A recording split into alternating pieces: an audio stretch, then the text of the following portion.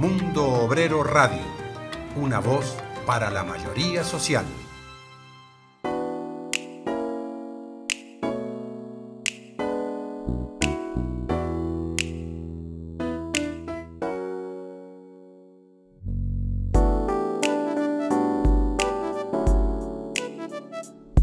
Hola, aquí estamos de nuevo los y las gentes de Mundo Obrero Radio y su programa estrella, Rebeldes con Causa.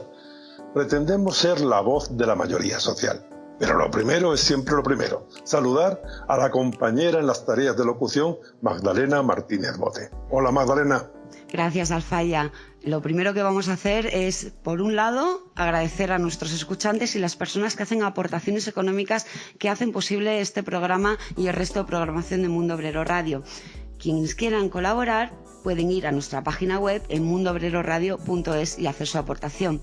Pero hay otra cuestión también muy importante, Alfaya, que es saludar a las personas que hacen este programa. Nuestros compañeros y compañeras como Maite Molina, Benito Raval, Joaquín Sánchez, nuestra nueva reportera Sandra Fernández y en el control técnico Roberto López y Cristóbal Vicente. Y saludaremos también, ¿por qué no?, a nuestro director, Ginés Fernández.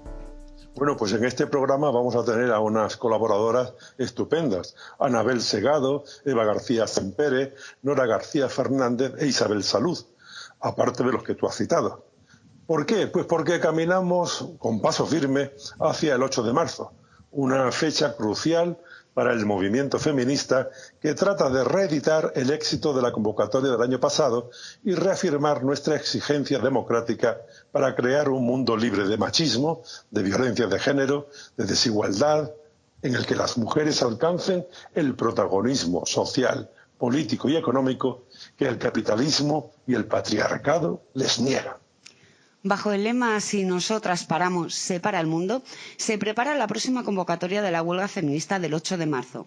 El origen de esta movilización se remonta a la feminista rusa Alexandra Kollontai, quien logró el voto para la mujer, que fuera legal el divorcio y que se celebrara el 8 de marzo como el Día de la Mujer, aunque este fuera laborable. Esta fecha también nos remite de manera inequívoca al 8 de marzo de 1911, cuando 140 trabajadoras murieron en un incendio de una fábrica en Nueva York, encerradas en su puesto de trabajo.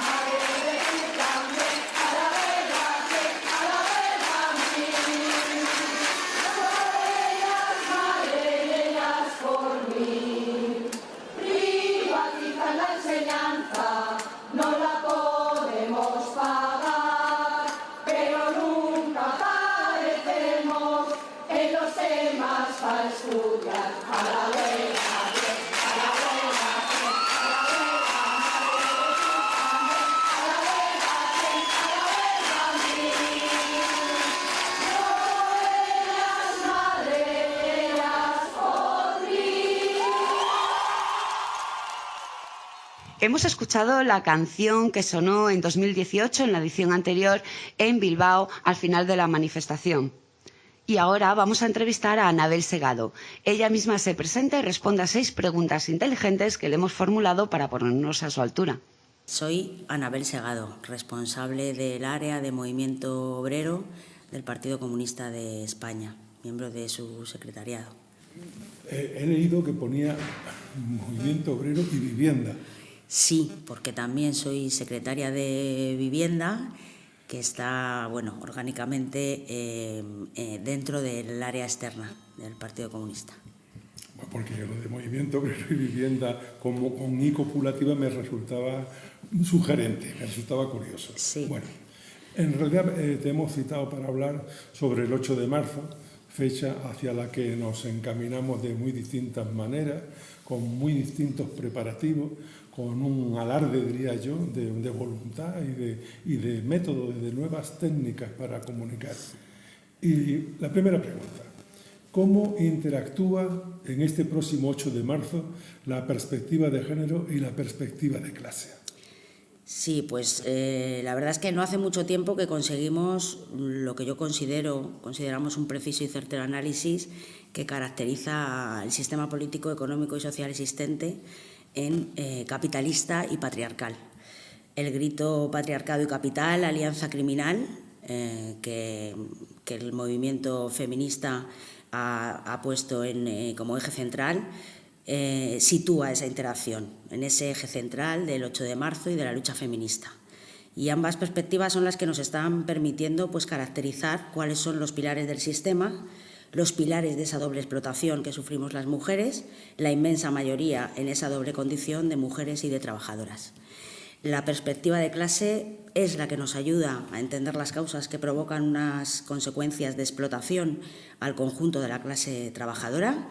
La alarmante y creciente precariedad es el aumento de las cotas de explotación a las que nos van sometiendo en esa búsqueda incesante de obtención del mayor beneficio posible en el menor tiempo posible al que nos dirige este sistema.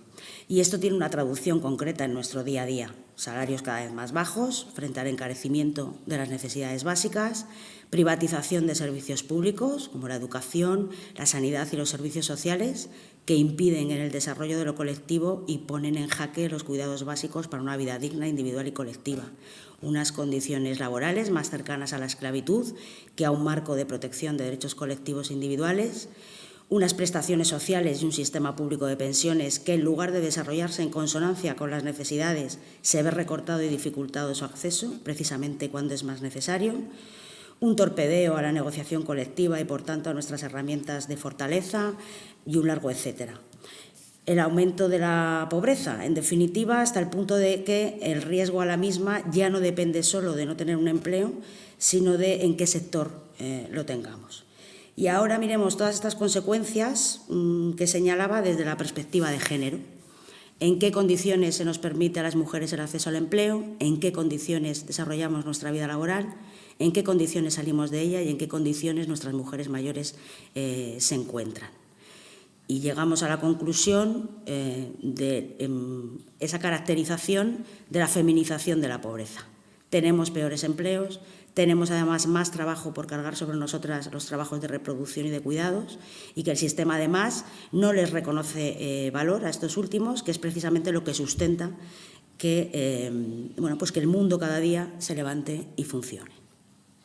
Y de los 4 ejes que estructuran la convocatoria, que sale laboral, consumo, cuidados y estudiantil, ¿cuál crees tú, a bote pronto, que presenta más alta cuota de concienciación y movilización? Bueno, yo creo que se ha avanzado mucho desde la huelga del pasado año a esta en la equiparación de esos 4 ejes. Si bien yo afirmaría que el eje cuidados tuvo un alto grado de desarrollo y de concienciación, o enganchó más fácilmente con el día a día de las mujeres, invisible para una gran parte de la sociedad, creo que desde entonces en el trabajo que se ha hecho a lo largo de este año ha cobrado importancia y desarrollo el eje laboral y de consumo, mucho más vinculado a la huelga tradicionalmente entendida, y que se ha superado esa falsa dicotomía entre lo laboral, lo sindical y lo social, lo cotidiano de la vida de las mujeres. Y este es un paso fundamental para la unidad del movimiento obrero y del movimiento feminista. Eso es ir tejiendo y construyendo lo que hay detrás del lema al que hacíamos referencia y que caracteriza el gran avance y el alcance transformador, revolucionario del feminismo.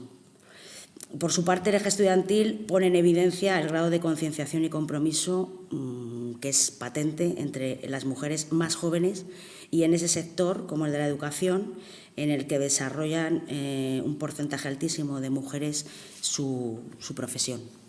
Bueno, y cómo, es una pregunta de este momento, ¿cómo influye el tiempo preelectoral que vivimos en esta convocatoria concreta feminista del 8 de marzo? Bueno, es evidente que influye.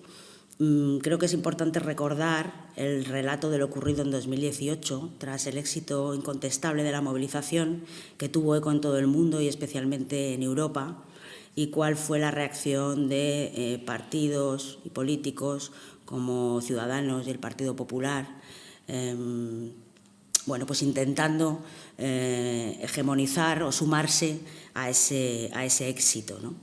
No nos debe de sorprender, sino enseñar y poner en evidencia la alerta de la reacción frente a este grado de movilización consciente que el feminismo ha ido tejiendo, ¿no? Y no olvidemos y cultivemos la memoria y lo que dicen quienes pretendieron a toro pasado elegirse en representantes del feminismo. Frente a las modas y las meras campañas de marketing, a las mujeres nos ha costado mucho y a muchas generaciones llegar hasta aquí.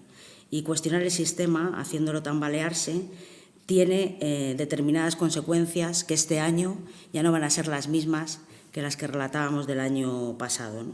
Ahora hay una reacción frente a este movimiento feminista que cuestiona evidentemente el sistema y, por tanto, bueno, pues vuelven a opinar del aborto, evidentemente con posicionamientos absolutamente retrógrados, vuelven a opinar de las leyes de violencia de género, con un discurso sin tapujos en contra de esos avances y de el desarrollo de esas leyes tan importante y tan necesario.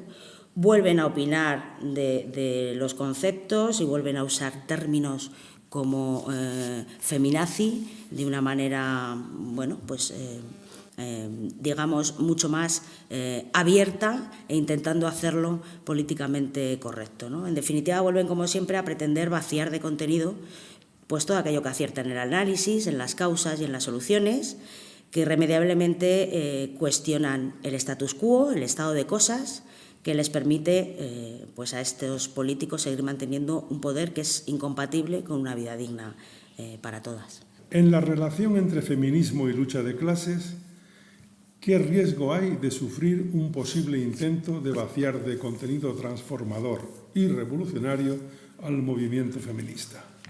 Pues yo creo que todo el riesgo. Suena impersonal, pero no lo es, porque a todos se nos vienen nombres concretos a la cabeza. Lo enlazo con lo que decía antes. Rivera fue el máximo exponente el año pasado. Un año de trabajo y reconocimiento de ese movimiento ha hecho que el tripartito de la reacción estén justo en la estrategia contraria. Pero eso aumenta aún más el riesgo de los intentos de vaciar de contenido precisamente ese carácter transformador y revolucionario del que hablaba del movimiento feminista, porque está cuestionando el sistema y el sistema también tiene la cara amable y aparentemente no reaccionaria con la que intenta sustentar un sistema que se ha puesto de manifiesto incompatible con la vida digna de las mujeres y de la clase trabajadora. Ahora bien, para confrontar con él y con esa reacción, que es absolutamente necesario, vamos a precisar no solo apuntar las causas y sus consecuencias, sino afrontar la construcción de un sistema, de un modelo alternativo. Y no va a venir dado por iluminados o iluminadas, sino desde los barrios, desde las escuelas, desde los movimientos sociales, desde las organizaciones sindicales, desde las organizaciones políticas transformadoras. ¿Cómo debe involucrarse el movimiento obrero en esta convocatoria feminista? Bueno, pues ya ha dado también sus avances desde el 2018. En primer lugar, ampliando la cobertura legal para que todas las mujeres que quieran y puedan paren 24 horas este 8 de marzo y puedan luchar esa jornada, y dando también cobertura para que quienes no puedan simbolicen en el ámbito laboral su huelga, en su centro de trabajo, con asambleas, participando en las manifestaciones, con paros parciales. Y, en segundo lugar, dotando de herramientas de formación e información, como por ejemplo el informe sobre la brecha salarial presentado por Comisiones Obreras el 19 de febrero y que sitúa perfectamente los elementos que la conforman, la multitud de causas y las posibles soluciones para erradicarla. Y, en tercer lugar, pues llevando a los centros de trabajo, a los sectores, a las y los trabajadores, el debate, la información y la decisión de cómo contribuir a su éxito, aunando la necesidad de lucha con la empatía y el reconocimiento de cómo y hasta qué grado las circunstancias de nuestras mujeres pueden compatibilizarse con esa lucha en grado máximo, que es una huelga, y cuyas consecuencias, a pesar de lo que se diga o del imaginario colectivo, las consecuencias más duras de realizar una huelga siempre recaen sobre quien la hace y no sobre quien la padece. Máxime cuando partimos de una situación laboral de precariedad y un sistema de facto de clara represión frente a quien ejerce sus derechos. Bueno, ¿y cómo podríamos favorecer la trascendencia y por qué hay que favorecer la trascendencia de este movimiento más allá de nuestras fronteras? Bueno, creo que es importante, hablando de fronteras, y fundamental hablar de las mujeres migrantes y su mayor aún grado de discriminación por ser clase obrera, mujeres y además esa condición de migrantes. Y del ataque aún mayor que están sufriendo por esa reacción de los elementos más derechizados. Las causas de su migración ponen el acento igualmente en el sistema capitalista mundial, en la explotación económica en la que el sistema mundo se desenvuelve y en las graves consecuencias que esa explotación tiene no solo para las personas, sino para países y territorios completos frente a otros. Por tanto, existen causas y consecuencias que trascienden, evidentemente, las fronteras geopolíticas y que precisan de unidades de lucha y de sujetos políticos que los trasciendan también. Y el mismo análisis debemos tener respecto a Europa. Es múltiple la legislación concreta ya existente y por llegar necesaria que se está aplicando y que no está teniendo una concreción, no está llegando al día a día de las mujeres, bien por falta de voluntad política o bien por falta de presupuesto, que a la postre pues, viene a ser lo mismo. Hay además problemas concretos transnacionales que hacen que el movimiento feminista y el movimiento obrero sean conscientes, yo creo que lo son, de esa necesidad y de que se superen las dificultades para ello y se refuercen los mecanismos de unidad en las luchas. Problemas como la trata, como la brecha salarial, como las violencias machistas desde la publicidad cosificadora, pasando por las violencias económicas hasta las violencias máximas contra la integridad física de las mujeres, tienen unas causas y tienen unas soluciones que trascienden evidentemente las fronteras. Que una mujer tenga más riesgo de ser pobre, más riesgo de no tener un empleo, más riesgo de no tener una jubilación digna, más riesgo de enfermedades psíquicas y riesgo de ser violada o asesinada por el hecho de ser mujer, se llama patriarcado. Que existan esos riesgos se llama capital.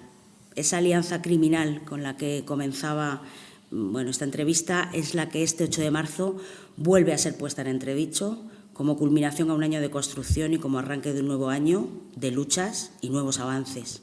En España, en Europa, en el mundo, porque estamos hablando de derechos humanos, porque hablamos de una vida digna para todas en este planeta. Pues no hay más que decir, hay que hacer. Hay que hacer mucho, por supuesto, y en eso estamos. ¿Y vamos a liderar el conflicto social?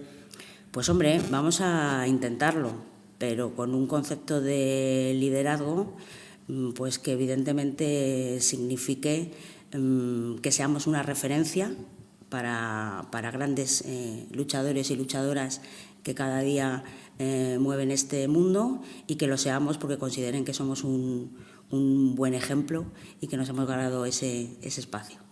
Muchas gracias por tu tiempo, Anabel, y ya sabes, tú eres de Mundo Obrero Radio. Sí, he pasado de colaboradora a entrevistada hoy, así que muchísimas gracias, un honor. Es multifacético. Sí, aquí sabemos hacer de todo y además se trata de eso, de ser capaces de todo.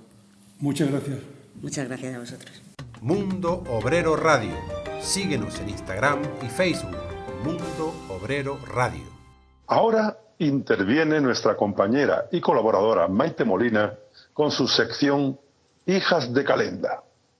Marzo, mes en el que ya no solo nos manifestamos, sino que se ha convertido en el mes del trabajo por la huelga feminista, donde paramos en lo laboral, en los cuidados, en el consumo, porque la realidad grita que sin nosotras el sistema se tambalea, y que este año cobra especial importancia ante el avance de partidos machistas que apuestan sin pudor por el retroceso en igualdad, con unos señoros que pretenden decirnos qué llevamos dentro cuando nos embarazamos, emprender una caza de brujas contra las gentes que trabajan para erradicar la violencia machista, volver a la ley del aborto donde no seamos nosotras las que decidamos sobre nuestros cuerpos, o implantar el negocio de la compra de bebés usando el útero de las mujeres pobres a través de los bienes de alquiler para que los ricos satisfagan sus caprichos como si se compraran un coche de alta gama.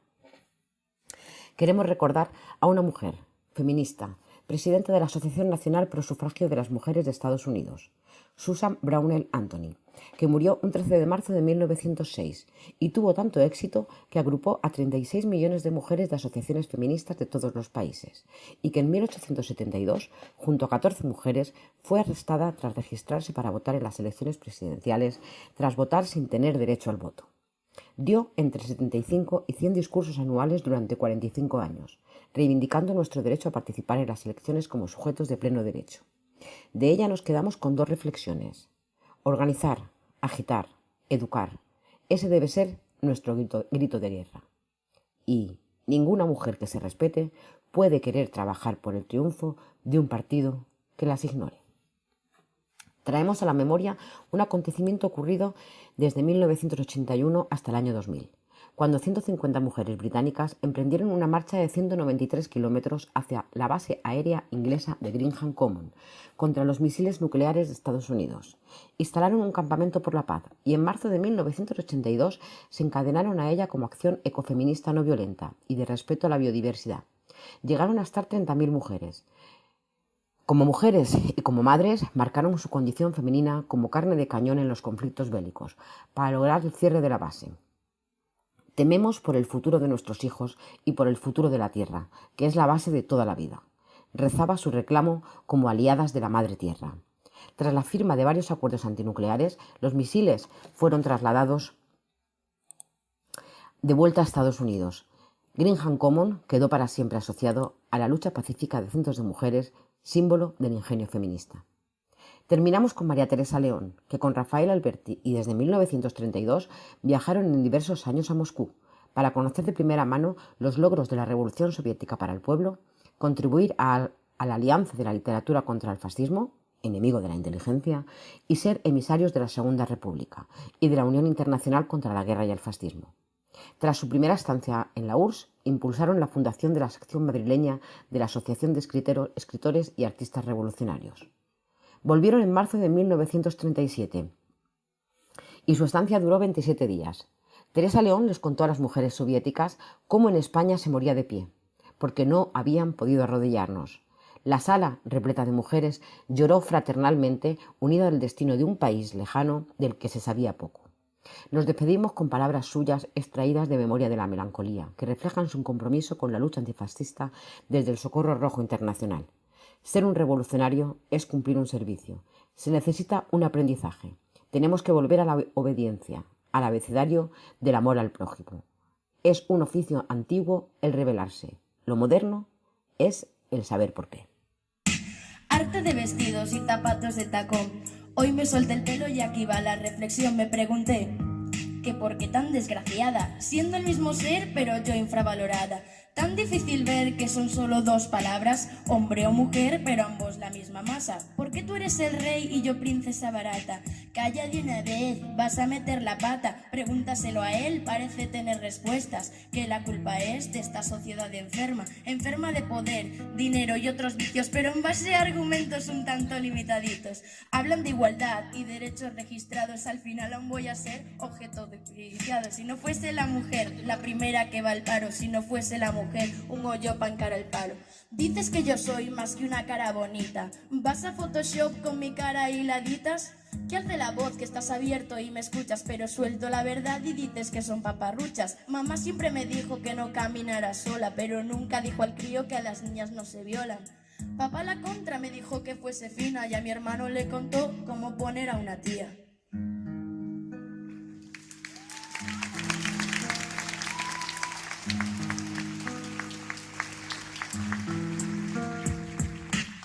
...8 de marzo llega la revolución... ...mujeres con dos pechos y un más fuerte corazón... llenas de rabia, llenas de insatisfacción. La mierda con purpurina no deja de ser mojón. Ilustrados modernistas creen tener razón, pero la tía lleva falda y otra furcia de montón. No me taches de algo que no soy por no ser como tú esperabas. Tenía una venda en los ojos y me tapaste la cara. ¿Les suena este rap que hemos escuchado?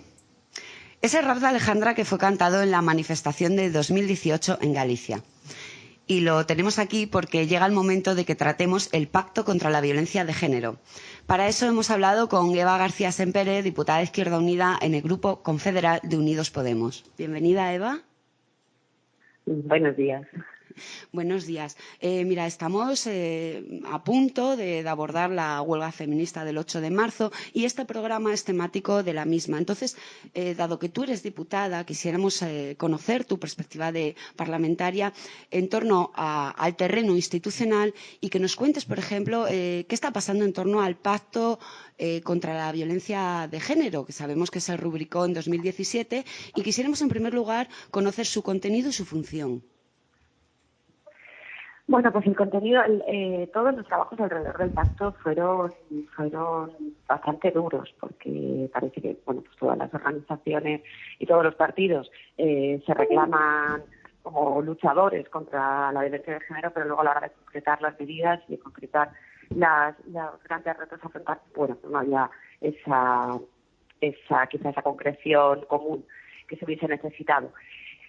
El pacto, bueno, por nuestra parte además fuimos especialmente beligerantes, queríamos incorporar medidas presupuestarias en primer lugar que nos parecen fundamental. Si no hay presupuesto difícilmente podrá haber una lucha real contra la violencia de género, pero también muchas otras que no eran presupuestarias y que muchos nos tememos que ahora mismo pueden estar en grave riesgo y que están relacionadas con la necesidad de abordar procesos de formación en todos los ámbitos de la justicia, de la policía, de las Fuerzas Armadas, por supuesto de la sanidad, de la educación, abordar también la necesidad de reformas del Código Penal que no tienen tanto que ver con las penas, que al final parece que es como lo que es evidente, lo primero que le salta a la gente, sino con cómo se calibran los hechos y los delitos, ¿no? No es un problema, ponemos un ejemplo, ¿no? de la manada. Si la sentencia se hubiese hecho a la luz de otros criterios, el Código Penal tiene penas suficientemente duras como para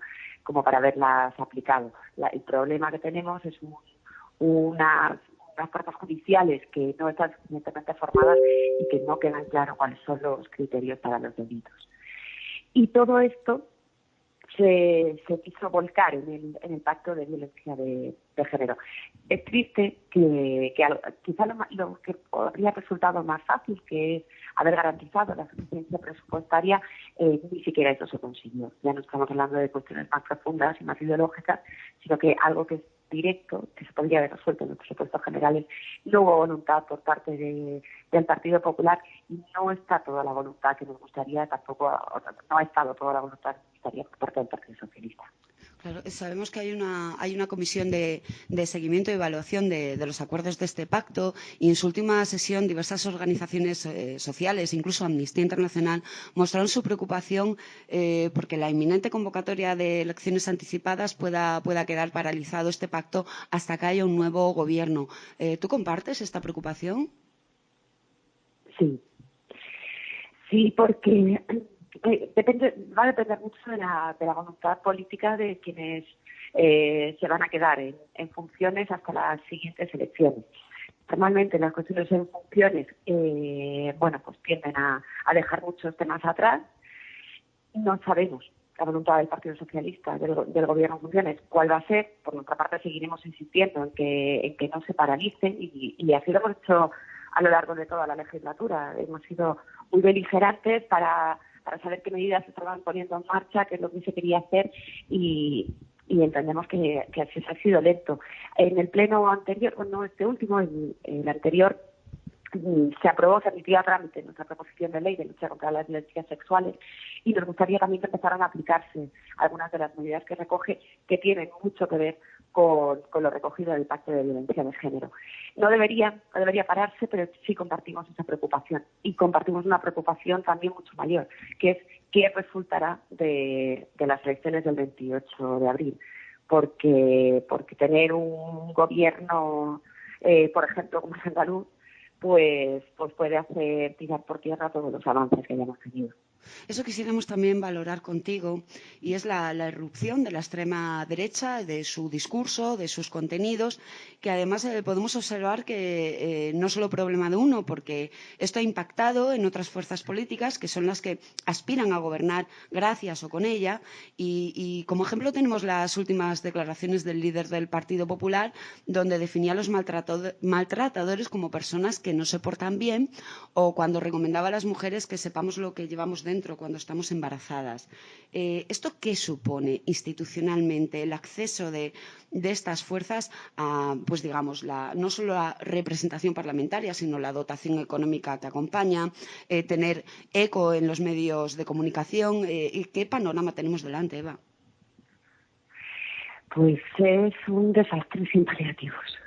Es un panorama desolador, porque en esta carrera irresponsable y absolutamente desquiciada de las derechas por ver quién es más derecha y quién dice la barbaridad más grande, perdemos toda la sociedad. El problema no es la irrupción de nuevas fuerzas políticas que representan la extrema derecha, sino la asunción por parte de las derechas tradicionales de que ahora sí se pueden quitar la careta y ahora sí pueden decir pues quizá todas las barbaridades que durante este tiempo han tenido por lo menos la vergüenza para no decirlas. Las declaraciones de Pablo Casado son un drama, nos traen a lo peor y más oscuro de nuestra historia. Primero porque que un señor diga que nos va a contar qué es lo que llevamos dentro de las mujeres es como para hacérselo mirar. Pero claro, el problema es el calado que esas declaraciones empiezan a tener. Grandes consensos que teníamos en este país, como la ley del aborto, pretenden romperlo, dinamitarlo y hacernos volver a una situación terrible. Y el problema que vemos es lo que te decía, no es la irrupción de nuevas fuerzas, sino cómo asumen las derechas mayoritarias que ese discurso se puede decir, se puede aplicar, no pasa nada, y que podemos hacer retrotraer a nuestra sociedad de todos los derechos adquiridos con tantas luchas durante estos años. Si se sigue profundizando por esa línea, pues estamos hablando de que llegamos en la sociedad a una situación de altísimo riesgo de vulnerabilidad, concretamente para las mujeres, o sea, para toda la sociedad, que se puede ver afectada, pero en el caso de las mujeres es un ataque sin precedentes. Bueno, sabemos que las urnas pueden ofrecer un resultado como el que pasó en Andalucía, pero ¿qué puede hacer la sociedad civil, las personas normales? ¿Qué podemos hacer ante esta situación, teniendo en cuenta que tenemos una convocatoria de huelga feminista el día 8?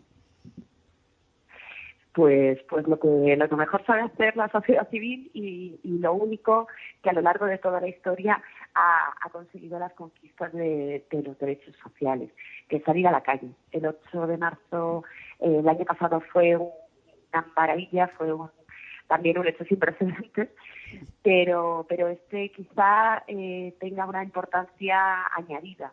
Nos estamos jugando muchísimo. Lo único que puede parar es demostrar que la sociedad no está demandando, no apoya y no comparte las barbaridades que se están diciendo por parte de los líderes de Ciudadanos, del Partido Popular y también de Vox, y salir a la calle a demostrarlo. Es la única manera de conseguir frenar esto, de conseguir frenar una deriva tremenda, porque no es solo hacerle el aviso, que también, el aviso a navegantes, esas tropas políticas que plantea devolvernos a la Edad Media, sino también a toda la sociedad, que sepa que no se está solo, que no se está sola y que juntas en la calle podemos frenar que se adopten políticas que en absoluto son las que necesita este país.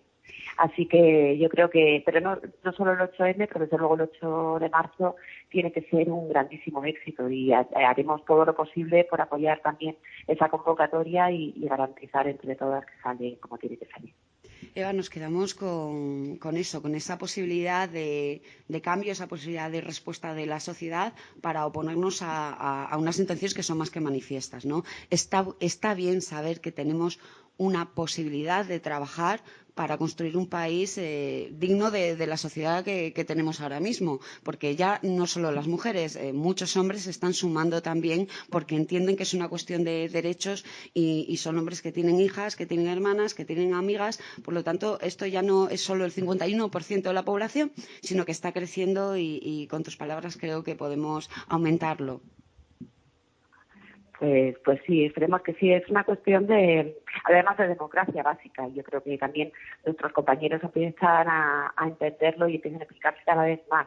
Cuando el 51% de la población se le pretenden recortar derechos, estamos hablando de un ataque a la democracia más básica y por tanto, ninguna persona que se considere, ya ni siquiera progresista, simplemente demócrata, tiene que salir a defendernos y defendernos de la mejor manera que sabemos que estamos en las calles. Muchas gracias, Eva. Nos quedamos con ese llamado a la responsabilidad y también a la posibilidad de un futuro alternativo a todo esto. Gracias por estar en Rebeldes con Causa. Muchísimas gracias a vosotras. Hasta luego.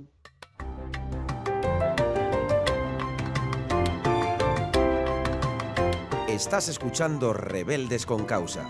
Siente el pulso de las calles en mundoobrerораdio.es. Y ahora, nuestro cura favorito, Joaquín Sánchez, nos sermonea desde su sección Éxodo. Joaquín Sánchez, el cura. El 8 de marzo de 1908, en la fábrica Cotton de Nueva York, 122 trabajadoras se declararon en huelga ante las pésimas condiciones laborales a las que estaban sometidas. Ante la negativa del patrón a escuchar sus peticiones, se encerraron en la fábrica. El patrón cerró las puertas y ordenó incendiar el edificio. Las trabajadoras murieron todas abrasadas. Este fue el motivo por lo que 2 años más tarde comenzó a celebrarse en esta fecha el Día de la Mujer Trabajadora. Las mujeres han contribuido con sus vidas y sus luchas a las conquistas de los derechos laborales de la clase trabajadora, así como las luchas por erradicar la discriminación y la marginación social que aún pesa sobre ellas en todos los rincones del mundo. Las mujeres quieren ese otro mundo posible, necesario e imprescindible, donde la mujer tenga su espacio y su tiempo en igualdad con el hombre. Queda muchísimo recorrido por hacer, reconociendo que muchos hombres seguimos ofreciendo resistencia y que vivimos tiempos de recorte en derechos, donde la mujer se cuestiona. Seguimos luchando por esa igualdad entre hombres y mujeres.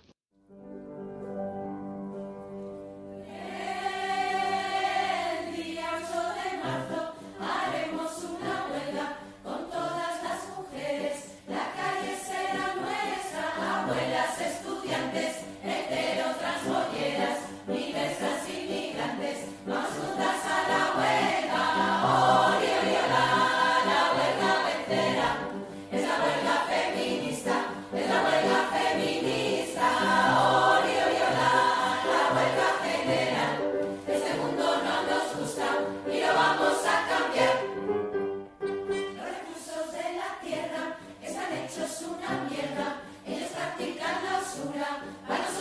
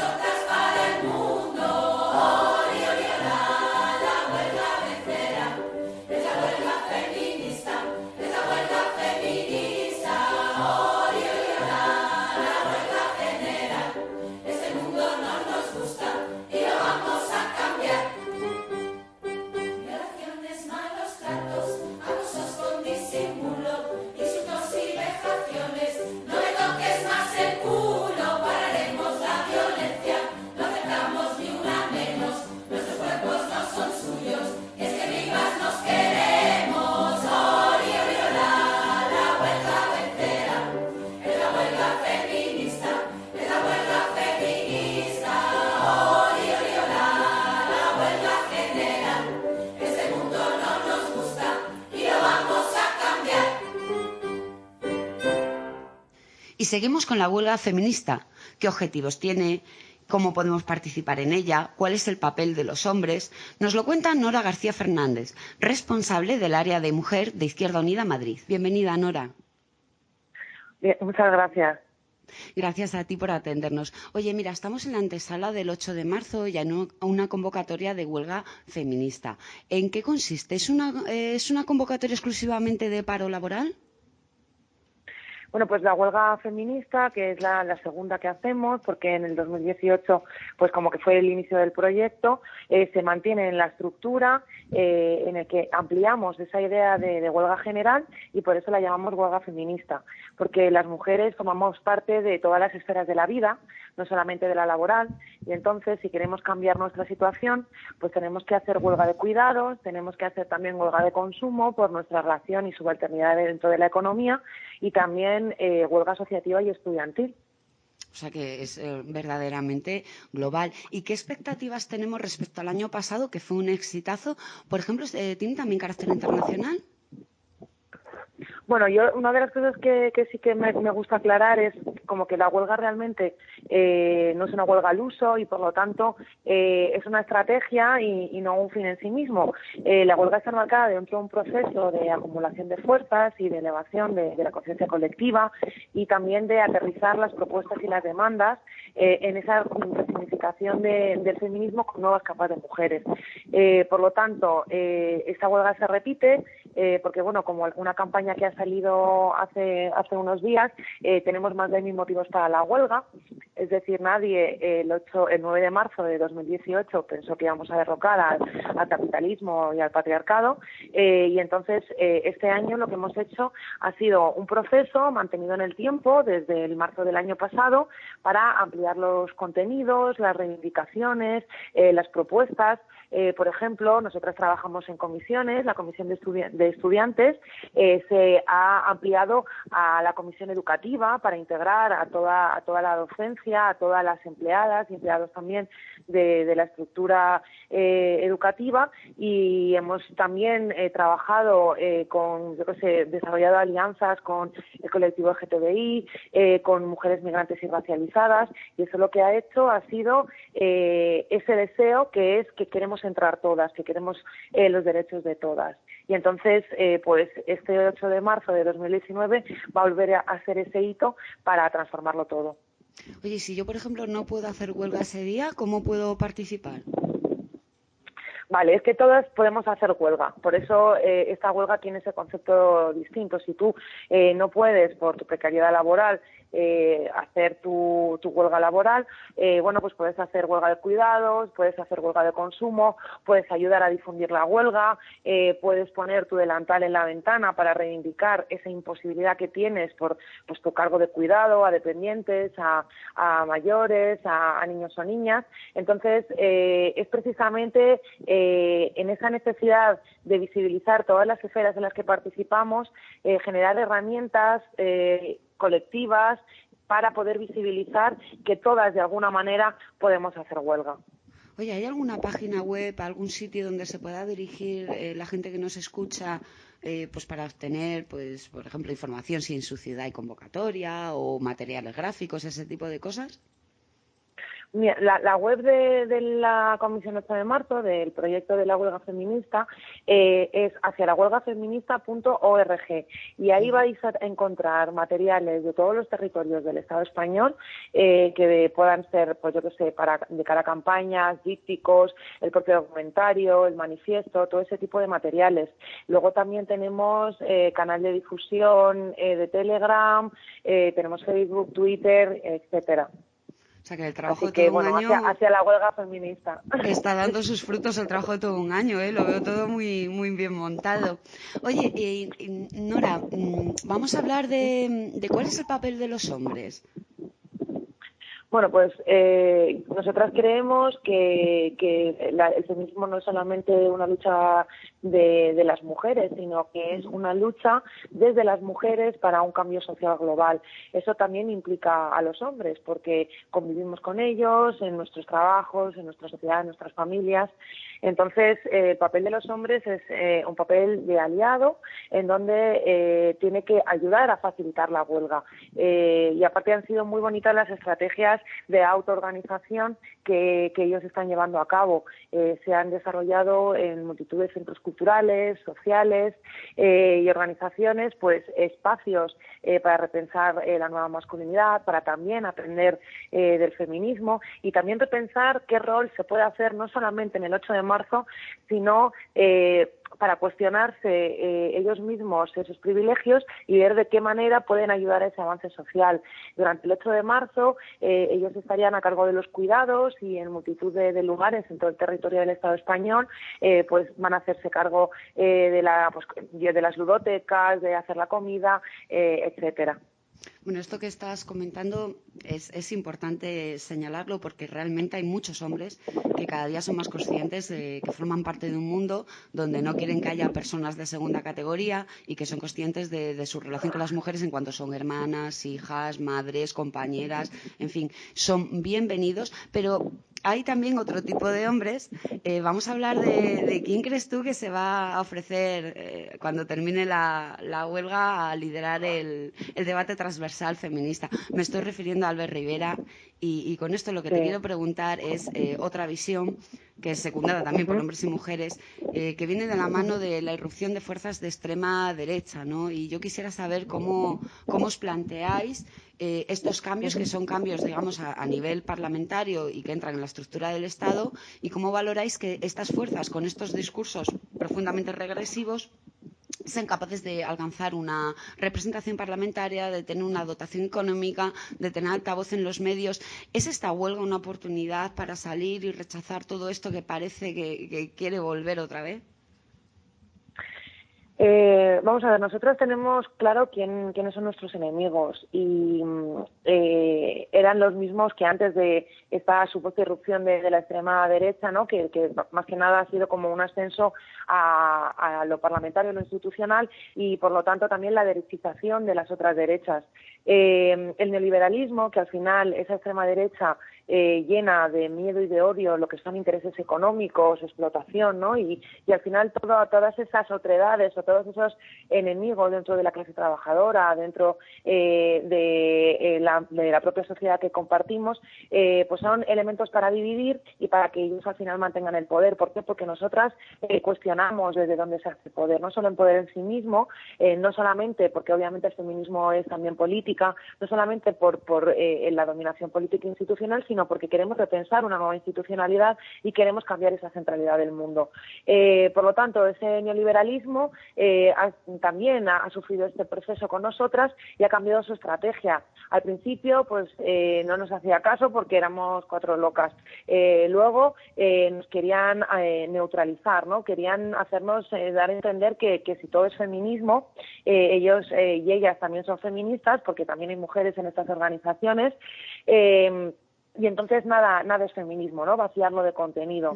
Y cuando eso no ha surtido efecto, cuando Mariano Rajoy se pone el lazo morado o Ana Botín dice que es feminista, y nosotros seguimos poniéndole esos apellidos al feminismo anticapitalista, antirracista, ecologista, en contra también del imperialismo, de la LGTBI-fobia, pues ellos ya nos tienen que intentar destruir de manera frontal.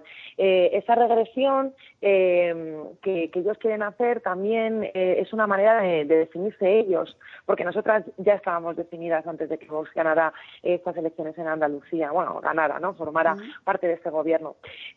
Por lo tanto, lo que no vamos a hacer nosotras es entrar dentro de su propio marco discursivo y nosotras darles ese protagonismo, que sean ellos los que se hagan la campaña, y nosotras no queremos entrar en su marco porque queremos crear un marco nuevo. Entonces, frente a su nosotros primero, ¿no? O como Trump, American First, o los españoles primero, nosotras decimos nosotras juntas, ¿no? Y ante ese muro de contención, ¿no? Que muchas veces nos sitúan a nivel dialéctico, ¿no? Obviamente, claro que el feminismo es antifascista, pero no se puede poner esa presión en el feminismo. Lo que hay que hacer es que todos los movimientos sociales entiendan que son antifascistas y todos y todas luchemos desde la educación, desde el movimiento por las pensiones, por las viviendas, sobre estas estructuras que nos están intentando dividir desde este odio y este miedo, ¿no? Por lo tanto, obviamente que nosotras somos antifascistas, obviamente que no vamos a dejar que ellos nos pongan en el marco de defender esta ley de violencia de género que quieren desmantelar, porque nosotras no queremos esa ley de violencia de género. Es una ley de violencia de género que solo contempla la ley de la violencia entre pareja y expareja, que deja multitud de víctimas de violencia de género fuera, que es insuficiente presupuestariamente, engloba dentro de un pacto de Estado que todavía no arranca, no tiene ni calendario, cuyas medidas no están implantadas. Por lo tanto, nosotras lo queremos todo frente a esta extrema derecha. Claro, has comentado antes un par de cosas que yo considero que se habla muy poco de ellas y que son fundamentales, y una es quizás sean estos discursos falaces que esconden perversiones del lenguaje, como por ejemplo el uso de violencia doméstica. Entonces, cuando asesinan, como hemos visto ya este año desgraciadamente, a una chica en plena calle, fuera del ámbito doméstico, quien lo hace indudablemente porque es una mujer con pretensiones de agresión sexual, ¿cómo encaja ahí el término violencia doméstica? ¿Es que esas mujeres no han sido violentadas o no importan? ¿Qué esquema maneja esta gente? Vamos a ver, el esquema de lo privado, el esquema del individualismo, el esquema de los problemas personales. Nosotros hemos roto con eso. Por eso es tan importante que todas las mujeres salgan a la huelga, porque todas tenemos motivos suficientes para poder cambiar todo este paradigma. Al final eso lo que hace es fragmentarnos, ¿no? Como mujeres, como colectivo, también como sociedad y como clase, también obviamente, y por lo tanto al final lo que hacemos es sentirnos solas, aisladas y buscar respuestas personales a problemas personales, ¿no? Y es ese interés de minimizarlo, de aislarlo, de individualizarlo y de devolverlo a la esfera privada, ¿no? Y nosotras lo que estamos haciendo es visibilizar, es sacar a la esfera pública todo eso que está invisibilizado y darle valor. Y aparte, enlazar esas esferas para dar un análisis sistémico y una visión global, que es la única manera de encarrilar cambios que se aterricen en la realidad material de las personas. Has comentado también, Nora, hace un momento hablabas de motivos económicos, y a mí me gustaría que nos expliques bien, para que todo el mundo lo pueda oír, qué significa el papel que hemos desarrollado las mujeres de quedarnos en la casa, de cuidar a los hijos, de cuidar a los ancianos y a los enfermos, qué supone para la economía, porque estamos hablando de unas actividades que son vitales, que se han usado para que los hombres puedan trabajar, pero que ni cotizan, ni tienen percepción económica. ¿Están defendiendo un sistema económico, a fin de cuentas, desde estas posiciones? Claro, están defendiendo un sistema económico de la subalternidad y del empobrecimiento de las mujeres.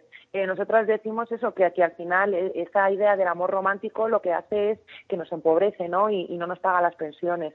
Es una idea que al final va contra nuestro propio proyecto de vida. Nosotras somos las mujeres, las personas, el 90% de las solicitudes por días personales para atender los cuidados, que no tienen remuneración, que no tienen cotización. Somos las que al final reducimos nuestras jornadas. Somos las que tenemos que pagar por hacer horas extras para que nos cuiden a nuestros hijos, ¿no?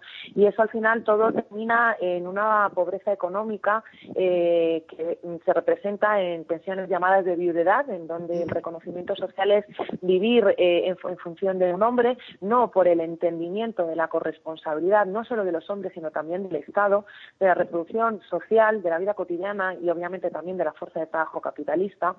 El consumo, la huelga de consumo significa que no son elementos de la clase media que se pueden permitir comida ecológica, ¿no? Que obviamente todas tenemos que tender hacia esos modos de vida, sino que tenemos que entender la economía desde el punto de vista global e internacional que tú mencionabas antes. Si nosotras queremos que nos traten como personas iguales, también nosotras tenemos que entender lo que ocurre fuera de nuestros territorios. Y esa cadena de explotación y también de opresiones y de esclavitudes que viven las mujeres en todos los territorios, que cuando nosotras consumimos, también consumimos la precariedad de otras y la explotación de otras. Y entonces, por eso, este año el eje de economía se ha elevado a desarrollar una pedagogía sobre los proyectos extractivistas, sobre los megaproyectos, sobre el imperialismo, sobre la sustracción de los recursos, sobre la subalternidad que también existe entre el norte global y el sur global, y también en cómo las mujeres migrantes y racializadas viven y defienden esa lucha por ese territorio, que al final es la lucha por la subsistencia, y también al final terminan dentro de una cadena global de cuidados en donde nosotras para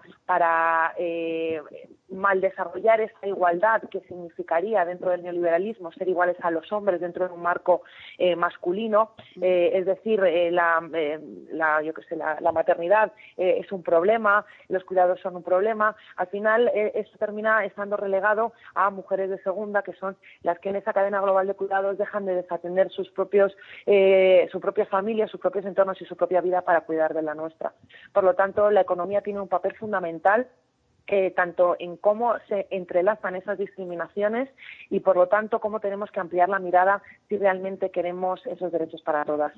Sí, estoy de acuerdo. Explica completamente o al menos en gran parte, la situación de sumisión, por decirlo de alguna manera, porque al final una mujer se tiene que supeditar a un hombre y a las necesidades de su familia, y siempre queda en segundo plano, y son vidas que no se viven igual que las demás, ¿no? Lo cual para mí es una auténtica tragedia.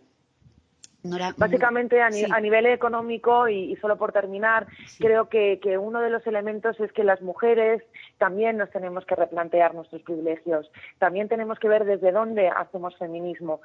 No podemos solamente hablar de brecha salarial y de techo de cristal.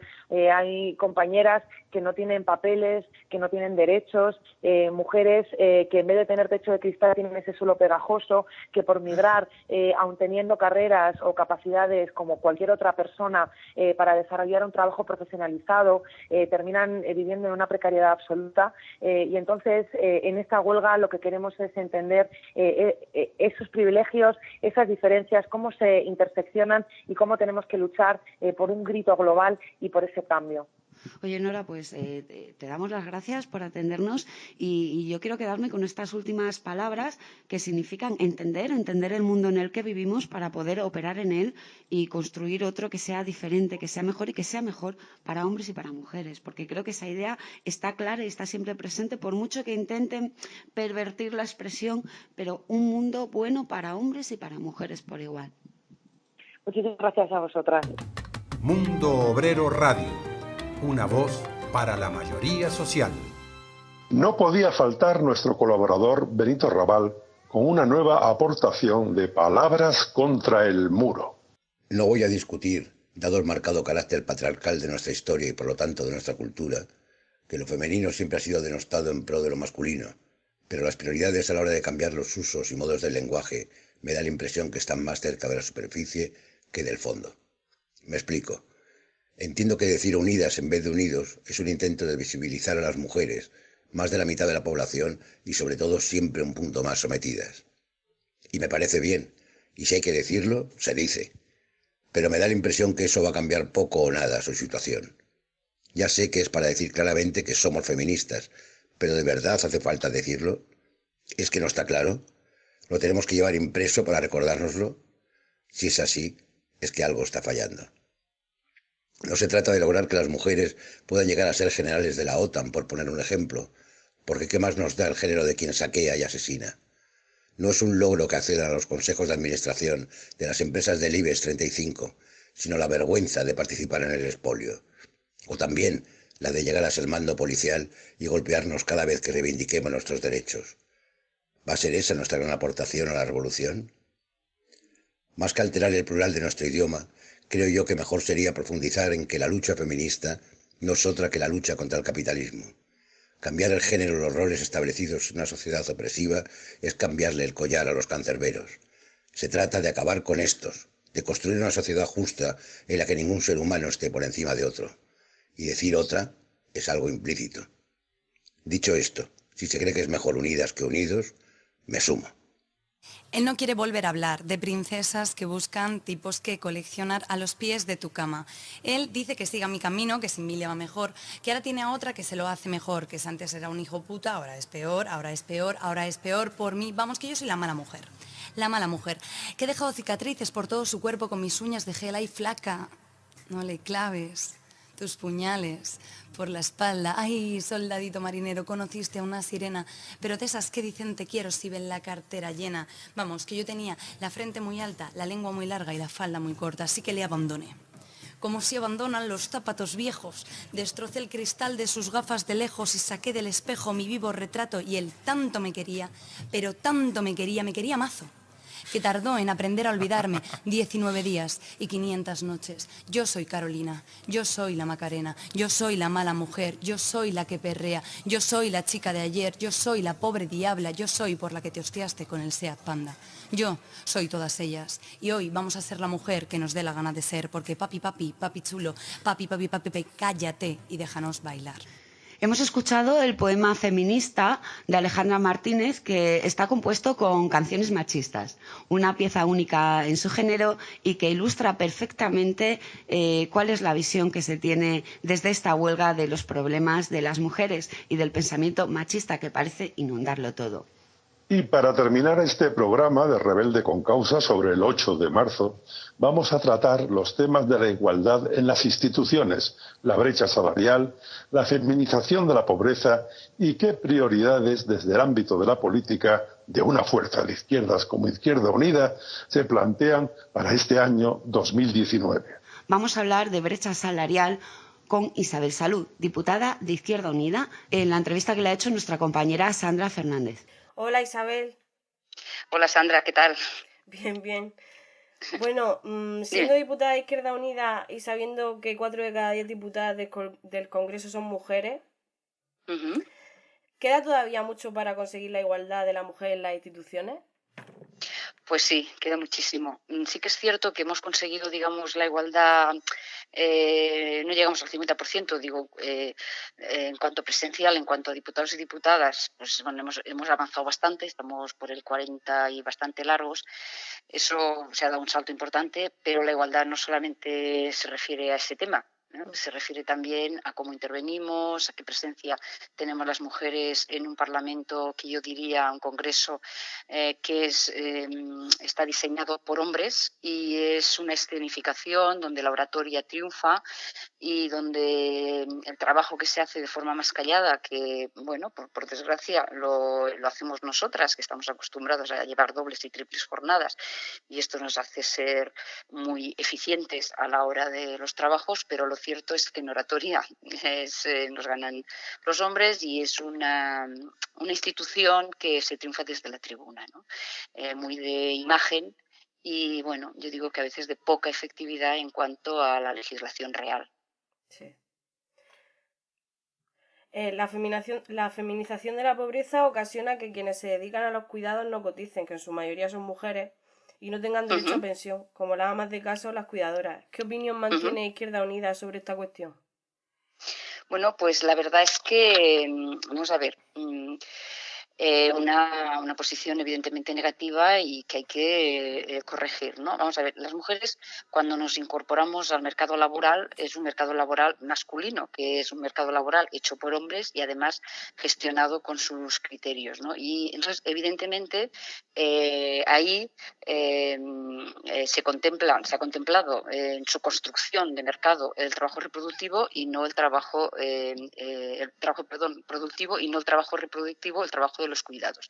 Y de ahí se deriva pues también parte de la dificultad que tenemos las mujeres para conciliar el trabajo productivo y reproductivo. O sea, nos cuesta mucho porque partimos de un marco que es un marco con valores y criterios y gestionado por hombres, ¿no? Y esto, pues evidentemente, nos condiciona totalmente nuestra incorporación. Luego hay otros elementos que también condicionan, por supuesto, ¿no? Pues que como el 75 o el 80% de las personas que trabajan con jornadas parciales, pues somos mujeres. Y eso, pues evidentemente, añade mucha más precariedad, añade sueldos bajos y añade también temporalidad. Claro, si los sueldos bajos, al final eso también tiene una repercusión, y es que pues tenemos luego menos cotización y por tanto tenemos unas pensiones muy bajas, y también tenemos unas prestaciones de paro o de cualquier prestación relacionada con el desempleo, pues evidentemente las mujeres la tenemos bastante más baja. Hemos visto que Izquierda Unida ha hecho un llamamiento a hombres y mujeres para apoyar la huelga del 8 de marzo. ¿Cuáles son las razones de Izquierda Unida para apoyar y secundar la huelga feminista del 8 de marzo? Bueno, nosotros desde Izquierda Unida, también desde el PC, pues ya hemos participado, hemos impulsado ya las huelgas que se han hecho en estos anteriores años, que han sido de gran éxito. Bueno, de hecho, Izquierda Unida lleva muchos años trabajando en el feminismo, trabajando codo con el movimiento feminista, y es digamos, un pilar fundamental de nuestra organización, ya digo, como de Izquierda Unida como del PC, y la verdad es que las grandes movilizaciones de estos últimos años de las mujeres, pues son un reto, son un impulso a la igualdad en mayúsculas, porque es verdad que, vamos a ver, hemos avanzado en igualdad, es verdad, pero también es verdad que no es suficiente lo que hemos avanzado, porque nos queda mucho camino por hacer, ¿no? Porque la desigualdad está instalada en nuestras vidas, es un elemento estructural, lo vemos en todos los ámbitos de nuestra vida, desde el ámbito educativo, desde el ámbito cultural, laboral, en el ámbito de los cuidados y el doméstico, pues en todas partes está instalada la desigualdad, ¿no? Y por tanto tenemos un gran trabajo que hacer. También desde el punto de vista legislativo, porque bueno, yo en el Congreso lo veo ahora, que he estado estos años trabajando aquí, pues se hacen muchas leyes y el papel lo soporta todo, y muchas veces esas leyes no tienen desarrollos reglamentarios, no se aplican, se saltan los plazos, y por tanto que hemos avanzado en legislación, eso es cierto, esto nadie no puede negar, pero sí que es cierto que las mujeres, ojo, yo diría que también los hombres organizados en la calle son una fuerza de impulso que tienen que impulsar entre esos dos sentidos para avanzar, ¿no? Y yo digo que bueno, la igualdad también es la lucha por la igualdad, también es la lucha por la justicia social, ¿no? Porque la igualdad es justicia social, y yo creo que las mujeres tenemos un gran reto, ¿no? Que es bueno, hacer ese bello objetivo que es conseguir la igualdad, y que bueno, si conseguimos la igualdad seguro que habremos dado un gran paso, un paso importantísimo, pues hacia ese mundo mejor que queremos construir.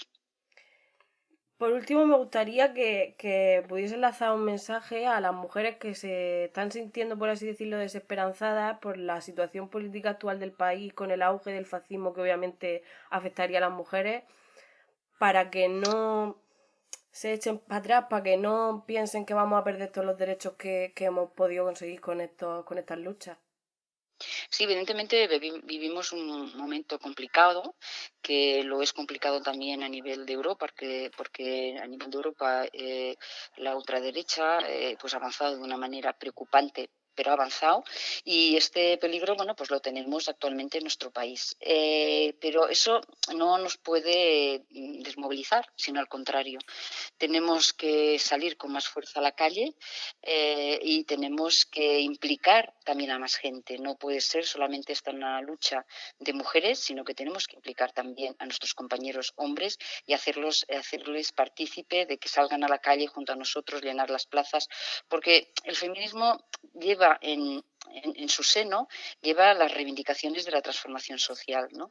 Es un gran cambio, un cambio de igualdad y posiblemente de libertad, y por tanto hay que llamar a la gente a que no se desmoralice, porque yo siempre digo que si nosotros analizamos desde un punto marxista la historia, veremos con claridad que la historia avanza hacia un mundo mejor, y que más tarde, más temprano, y espero que más temprano, podamos llegar a él, ¿no? Y otros pelearon por nosotras, también muchas mujeres que han peleado por nosotras, y nosotras tenemos una deuda histórica, y sobre todo tenemos que tener la confianza, el optimismo de que el futuro es de la humanidad. El futuro es de la humanidad, es de las mujeres, es de valores como la fraternidad, la igualdad, la solidaridad, la justicia social. Esos son los valores que están ahí en el horizonte y que la gente no podemos desfallecer en el camino, porque ese horizonte lo vamos a conseguir. Y yo ahora siempre digo que cuando yo soy montañera, ¿no? Y entonces cuando subo por las montañas, una compañera amiga mía que me acompaña me dice, uy, esta cuesta, ¿cómo me cuesta subirla? Y le digo, mira, tú no mires hacia arriba, tú mira hacia abajo y sube, sé perseverante. Y cuando no te des cuenta, estarás arriba de la cima. Pero a veces mirar la meta, una meta que parece inalcanzable, pues nos desmotiva. Pero yo animaría a la gente, a las mujeres, a las millones de mujeres que peleamos y que conseguimos avances, que conseguimos victorias puntuales y actuales, que hagamos lo que tenemos que hacer hoy. Hagamos mirando hacia el futuro, ¿no? Pero sin desmoralizarnos, porque el futuro será de la humanidad y será de las mujeres y será una sociedad en igualdad, no tengo ninguna duda. Muchas gracias por la entrevista, Isabel. Muchas gracias a vosotros.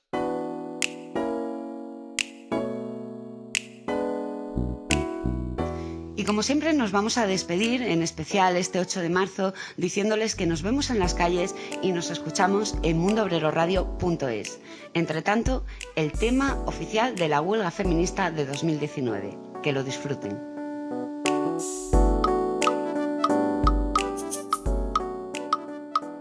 La calle es nuestra otra vez. El silencio hará coraje. Hoy paramos porque hay mucho que tejer y esta huelga es imparable. La calle es nuestra otra vez. El silencio hará el coraje. Hoy paramos porque hay mucho que tejer y esta huelga es imparable. Te quiero fuerza y te quiero dueña. Te quiero viva y te quiero entera, te quiero historia, palabra nueva, te quiero frágil cuando así sea, me quiero calle y me quiero escuela, quiero agarrar las manos de mis compañeras, quiero un futuro de sangre nueva, que nunca olvide la lucha de sus ancestras. De que son mareas, cuerpos que son raíces y primavera, no quiero libre, no quiero viva, no quiero juntar, que el canto siga. La calle es nuestra otra vez. El silencio hará el coraje. Hoy paramos porque hay mucho que tejer y esta huelga es imparable.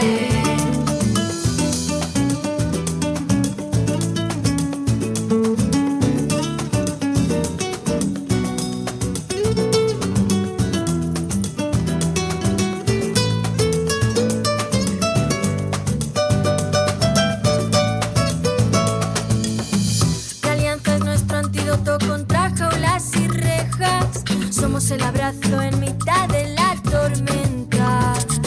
Venimos renaciendo desde todas las hogueras. Somos pañuelo y grito deshaciendo las fronteras. Somos dolor y baile convertidos en resistencia. Resistencia. Creo en ti, en tu mano que alimenta tu futuro, tu pasado, que caminan de mi lado para dar la vuelta, para podernos sostener, para sentirnos libres y ver nuestro amanecer. La calle es nuestra otra vez. El silencio hará el coraje. Hoy paramos porque hay mucho que tejer y esta huelga es imparable. La calle es nuestra otra vez. El silencio hará el coraje. Hoy paramos porque hay mucho que tejer y esta huelga nuestra es una huelga de cuidados. La nuestra és una huelga de consumo. La nostra és una vaga estudiantil. Gurea lan greba bat da. A nosa é unha folga feminista. Si nosaltres parem, s'atura el món. Gu gelditzen bagara, mundua geldituko da. Si nosotras paramos, se para el mundo. La calle es nuestra otra vez.